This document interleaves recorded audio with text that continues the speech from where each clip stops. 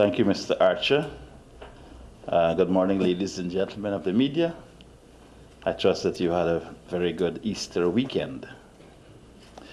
The post-Cabinet press briefing will cover matters that were dealt with at Cabinet at its meeting of Tuesday, 11th of April, 2017. At that meeting, a draft white paper on the future of the sugar industry in Guyana was submitted to Cabinet by the Honorable Minister of Agriculture for its consideration. Cabinet discussed the submissions in the draft white paper and granted its approval for the paper to be laid in the National Assembly at the next sitting of the National Assembly. Approval was given for the funding for drainage works to be done in the areas of Georgetown that have been deemed priority areas by a National Drainage Authority technical team. A sum of $150 million was approved by Cabinet for works in the following areas: the desilting of the Sussex Street drain, desilting of the drain and culverts along the railway embankment from Sheriff Street on the west to the pump station on the east, the clearing of 6 culverts that connect the North Rheinveld and South Rheinveld drainage systems, the clearing of the siphon and attendant drains in the Plum Park Sapphire area, repairs to the Meadowbank Sluice and clearing of the Meadowbrook Channel Inlet, repairs to sluices at Agricola, Rome, and Lamaha Street, and clearing of the inlet channels, clearing of drains in the Newtown area. These works we expect will be completed before the May-June rains start and will be the first in a series of initiatives to be taken by a special task force that was set up by Cabinet to look at the rehabilitation of the drainage systems of the capital city and to execute plans in the short, medium, and long term to prevent flooding of the city in times of heavy rainfalls in the future. Cabinet has approved the appointment of the Board of Directors for the Adoption Board for a period of 1 year. The persons who were appointed to that board are Mr. James Bond, the chairman, Mr. Jeffrey Sankis, Mr. Kashir Khan, Mrs. Clonel Samuels Boston, Mrs. Punila Lachman, Mrs. Patricia Gray, and a representative from the parliamentary opposition. Cabinet has approved the participation of the Ministry of Public Telecommunications in workshops on the Internet of Things, IoT, under the theme Smart Living in the Caribbean and Digital Financial Services, to be held in Trinidad and Tobago from April 24th to the 28th, 2017. The workshop will bring together ICT leaders and technical officers of CARICOM and to begin the development of mechanisms for promoting the concept of the Internet of Things and the full utilization of digital tools to improve the delivery of financial services. The Honorable Catherine Hughes, Minister of Public Telecommunications, will attend the workshop and will deliver a presentation during a panel discussion on privacy and information security, Caribbean requirements and challenges. Mr. Lance Hines, the ICT advisor within the Ministry of Public Telecommunications, will also attend the workshop. Guyana will be represented at the 20th Inter-American Conference of Ministers of Labor of the Organization of American States, to be held in Asunción Paraguay from April 28 to the 30th, 2017. The conference will, through 5 plenary sessions, address issues such as transition from the informal to the formal economy, labor equality and the elimination of employment discrimination, strengthening of labor laws, social protection and child labor, and strengthening labor administration. Mr. Keith Scott, the minister within the Ministry of Social Protection, will attend the meeting. Cabinet has granted its approval for participation in an Interpol-sponsored I-Arms training program to be held in Buenos Aires, Argentina, from May 30th to 31st, 2017. The training program will discuss matters and address issues regarding the capabilities of firearms. Deputy Superintendent Rafiq Ali of the Guyana Police Force will attend the training course. Guyana will participate in an Interpol-sponsored Operating International Fugitive Roundup, an asset training program to be held in Singapore from May 22nd to the 26th. The training program will equip participants with enabling them to disrupt criminal networks responsible for organized crime and financial crimes, and to locate and arrest fugitives wanted at international levels, as well as criminals who have left their national jurisdictions to evade justice. Inspector Premna Ryan of the Guyana Police Force will attend the training program. And this, of course, continues to be the efforts of the government to ensure that we build capacity within the police force. Cabinet has approved attendance at the Global Platform for Disaster Risk Reduction to be held in Cancun, Mexico from May 22nd to the 26th, 2017. The Global Platform, to be hosted by the United Nations Office for Disaster Risk Reduction, will provide the first opportunity for the international community to review global progress in the implementation of the Sendai Framework for Disaster Risk Reduction, which was adopted in Japan in 2015. Colonel Chabila Ramswarup, the Director General of the Civil Defense Commission, will attend the platform. Approval was granted for the attendance at a training program on the Convention on the Rights of Persons with Disabilities, scheduled to be held from May 1st to the 4th in Trinidad and Tobago.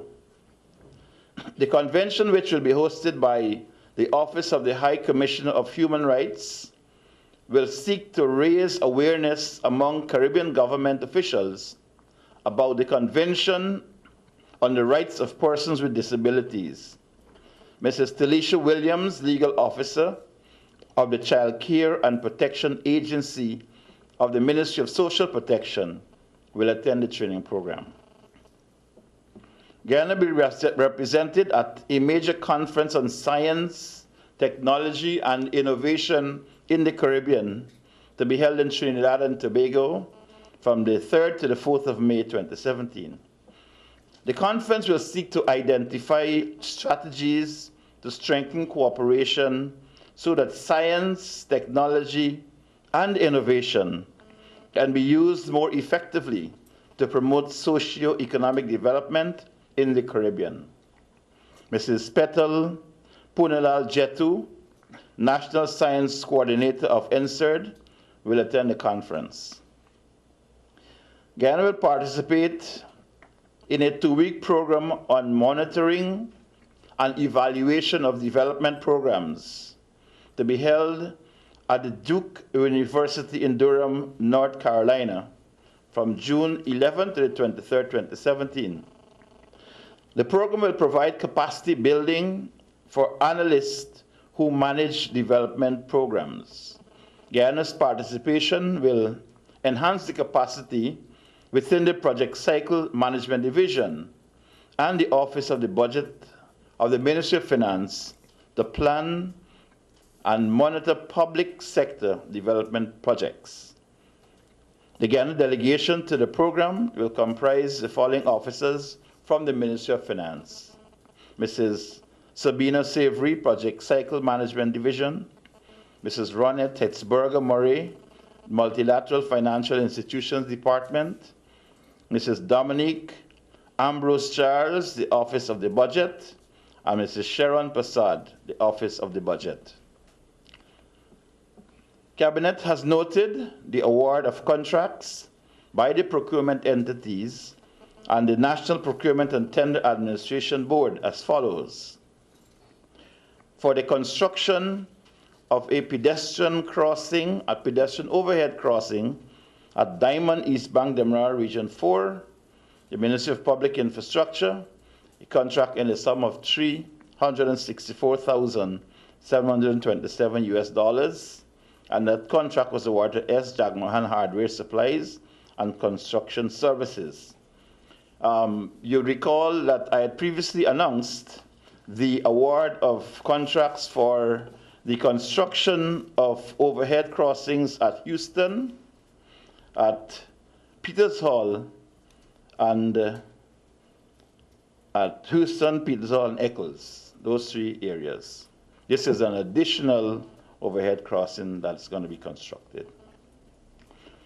Cabinet also gave us an objection for the procurement of 2 vehicles for the Kanawaima ferry service for the Ministry of Public Infrastructure in the sum of $19,440,000, and that contract was awarded to Bihari Automotives Limited.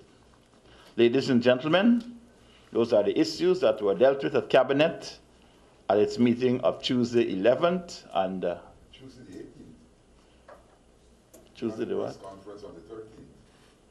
2 weeks ago. I'm sorry. Yes, indeed. Thank you. Yes, and I'm now prepared to take your questions.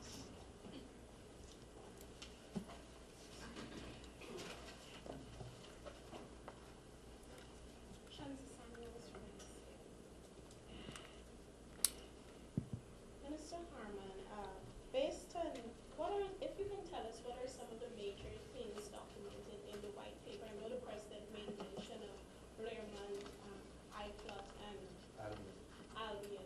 So what are the other things that you can highlight? Well, the white paper is to be laid in the National Assembly, where we expect a robust debate on it, as usual, in the National Assembly. And this follows a process which we'd gone through with respect to the situation at Gaisuko. Of course, there was a commission of inquiry into Gaisuko. Subsequently, a special team was put together to look at options for Gaisuko. Thereafter, some options were presented to the government, and at the cabinet level, it was decided that there should be consultation with the stakeholders before government takes a decision on the matter. Government did, in fact, lay its opinions, its suggestions on Gaisuko before a stakeholder consultation. That's the stakeholders at that consultation comprise of course, the government, Gaisuko, the opposition, the Ghana Agriculture Workers Union, the National Agriculture Union, that is NASI, as well as representatives from the sugar industry, the estates in Gaisuko. So several meetings were held at the boardroom of the Ministry of Agriculture, and as a result of those consultations, the government's position became a little bit more crystallized. It must be noted that at that consultation, we did in fact ask for any other entities who may have proposals for Gaisuko. As you know, the leader of the opposition has been saying that they have a plan for Gaisuko. So we said, look, put your plan on the table and let us discuss it. But we have nothing from them other than talk up to now. We did in fact receive some proposals from GAU, which were actually taken into consideration in the preparation of the white paper. The white paper now will be debated in the National Assembly, where the opposition will have an opportunity again to go at it. But by and large, the three issues that have been highlighted, and I will not go into too much details into it because it's going to be dealt with at the National Assembly, and the white paper will be made public. But in fact, the president did in fact address some of the issues that we are going to have to deal with. One is the fact that the financial and technical evidence presented basically is saying that it is feasible to amalgamate some estates and factories where it is appropriate for better utilization of the nation's resources. That's one. Secondly, it points to the requirement for divestment of some of these facilities. And thirdly, it speaks to utilizing some of the facilities of these estates, particularly the land, to invite sugar workers and cane farmers to undertake agro-based activities on these lands that will become available as a result of that. But these are some of the considerations. There will be greater details in the white paper that is presented in the National Assembly. As you're aware, the Commission of Inquiry report into Gaisuco was presented in the National Assembly, and it is a matter of public record now. The consultations which took place between the government, the opposition, the trade unions, and the workers' representative are matters of public record. Those were public hearings in the Ministry of Agriculture. This here is another attempt at basically engaging all stakeholders in an important decision that has to be made on in the sugar industry. The important point that the president did in fact make is that Gaisuco will still be in sugar. Guyana will still be in sugar. That the sugar industry is not being closed down by the government. That based on the financial and economic realities, we have to make some adjustments, and this is what is going to come before the National Assembly.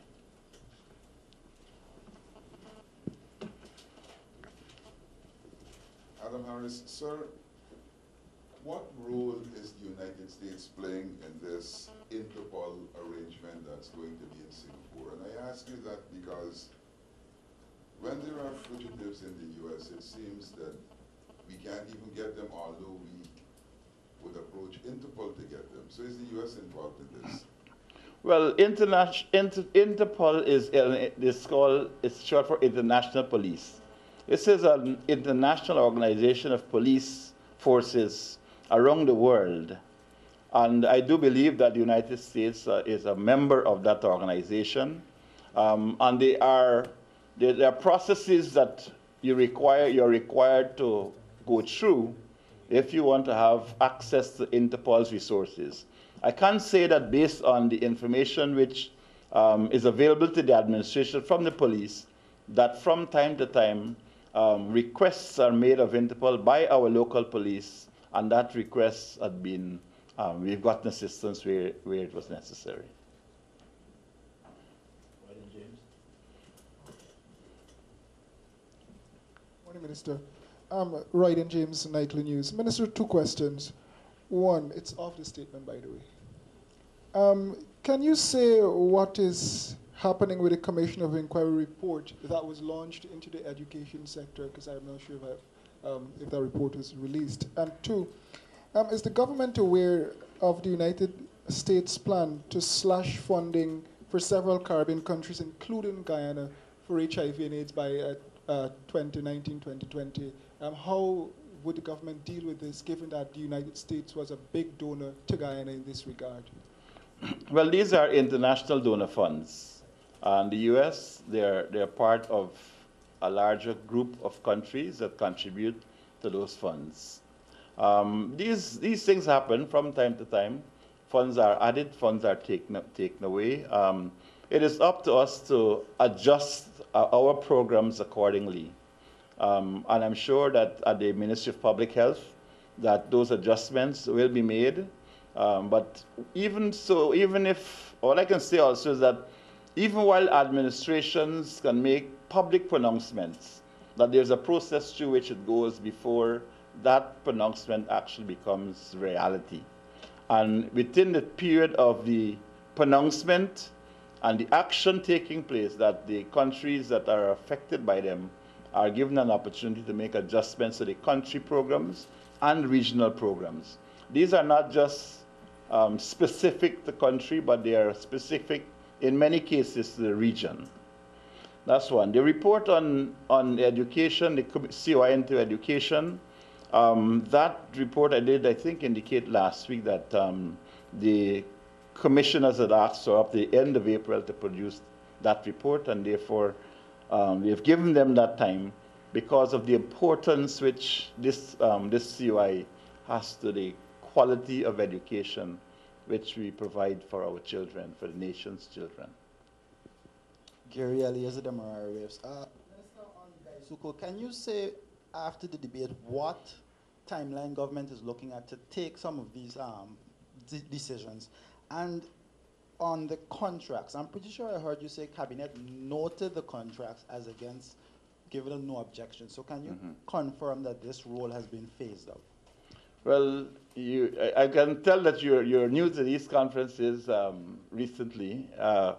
Yes, in fact, with the establishment of the Public Procurement Commission, some of these issues that is relates to the Cabinet's no objection rule, we've actually had a meeting with the Public Procurement Commission, and this is the formulation of words which we basically use. So Cabinet doesn't really have to give us no objection as such, but it takes note of these decisions that have been made by the procurement entities. The other question on Gaisuko.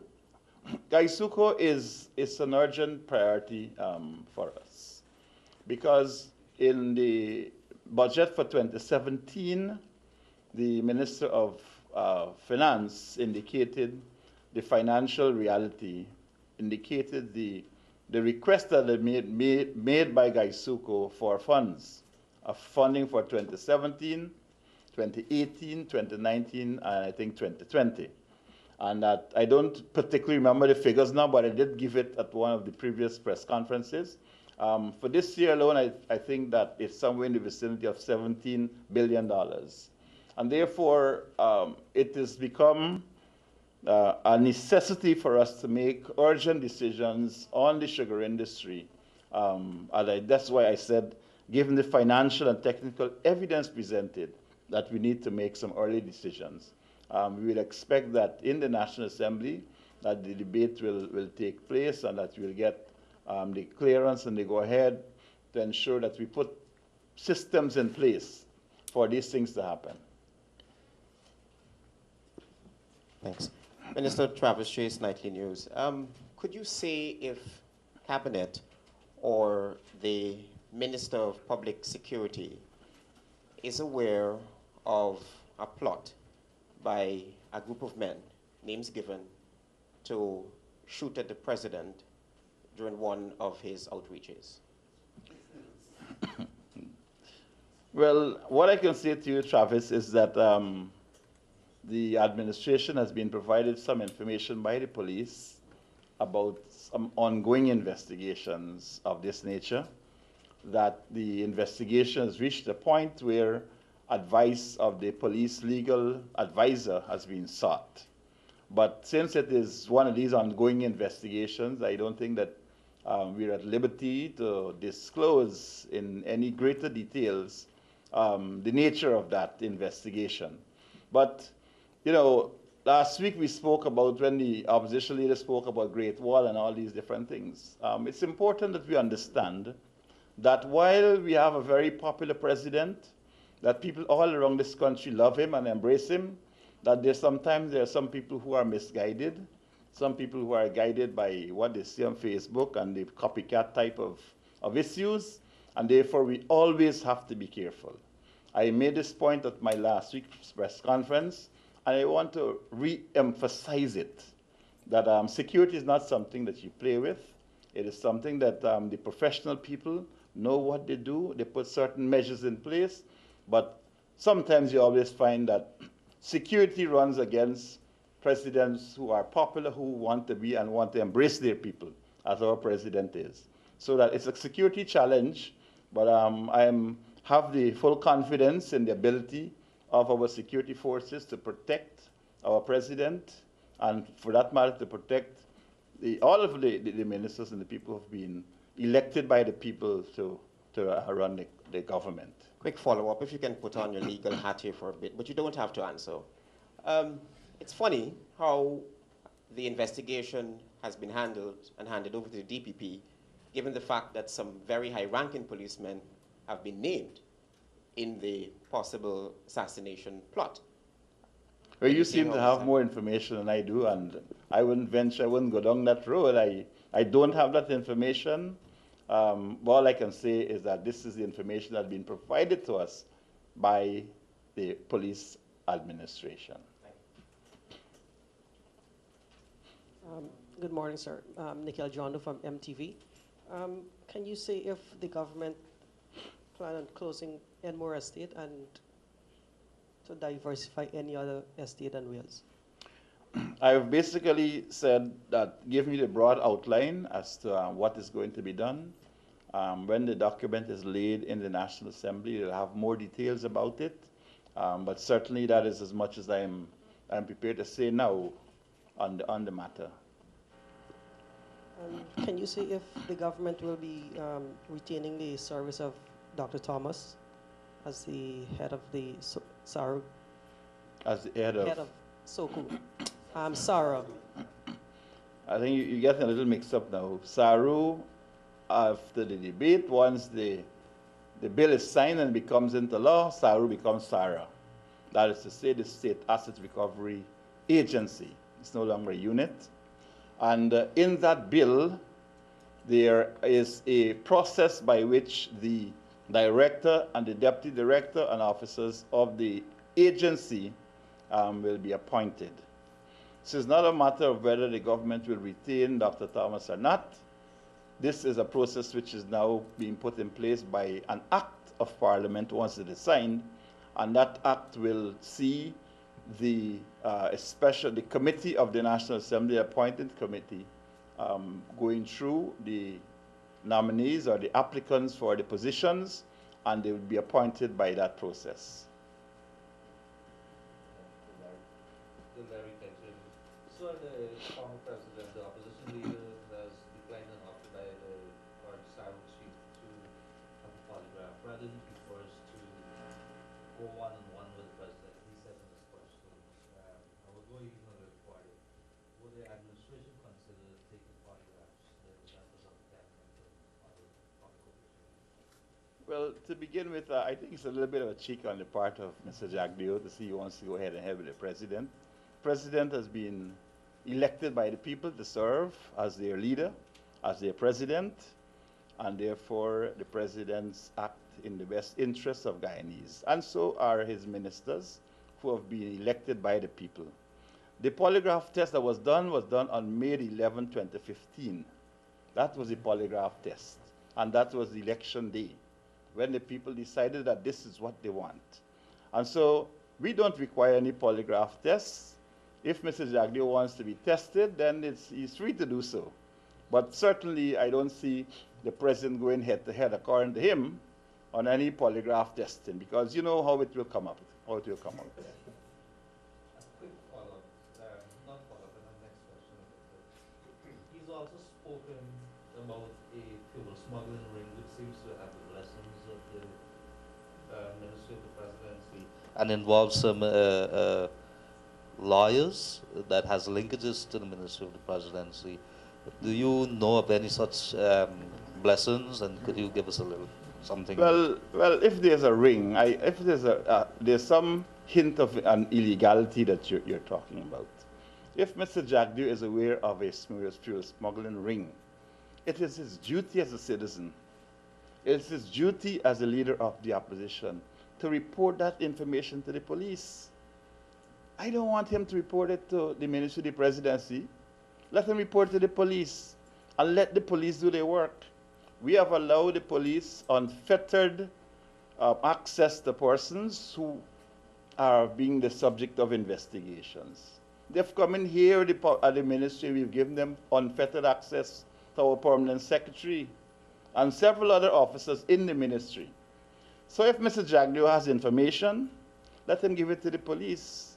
I think he's having a lot of information these days. He will hand it to the police because I don't know why he's not doing that.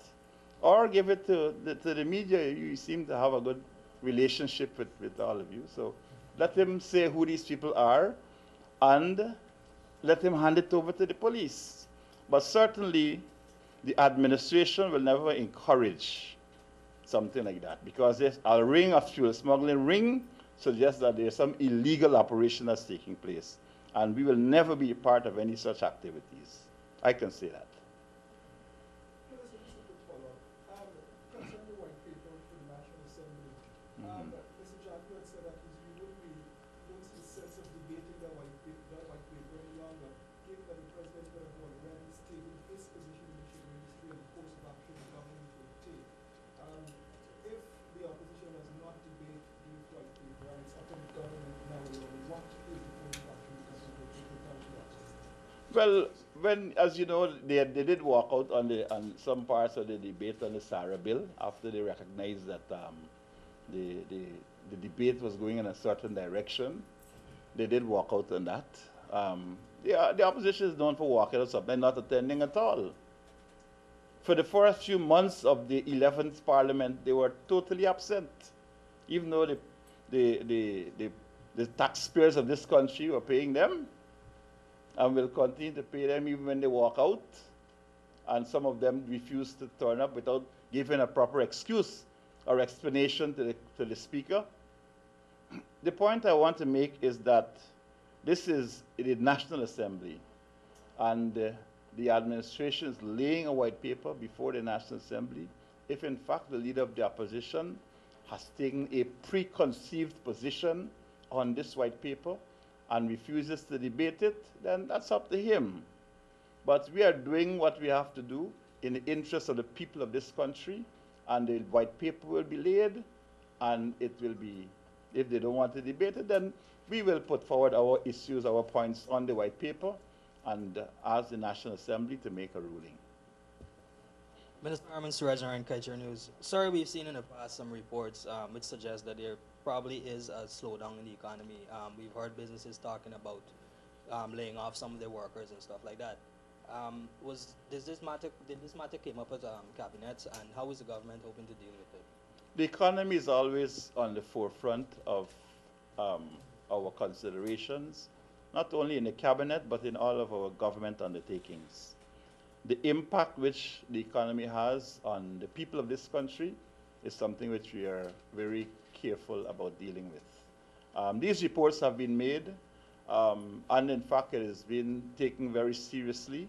The President has, on at least 3 recent occasions, summoned some of the key ministers, finance, agriculture, business, and these ministers, natural resources, to look at options and how is it that we are going to address certain things. I did, at this press conference, one of these press conferences before, indicate that in the housing sector that we are going to be, government will be pumping a huge sum of money in there to generate employment, generate economic activity.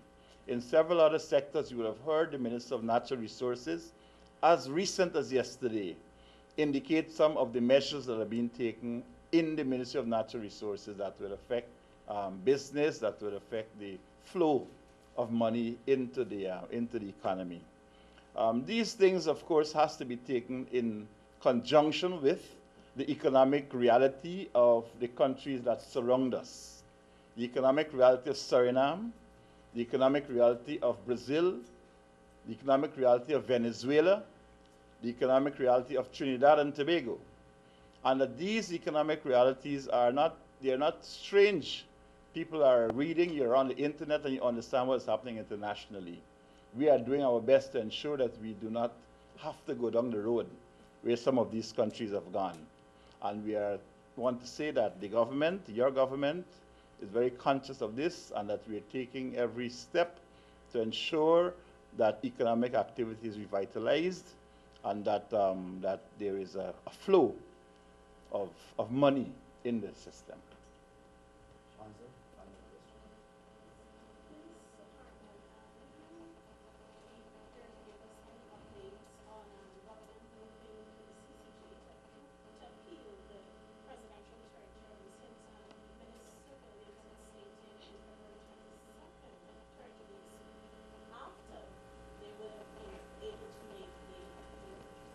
Yeah, I cannot say much more about that right now. I don't have a current brief on the status, but I can undertake to have that done for you by the time of my next press briefing, if in fact the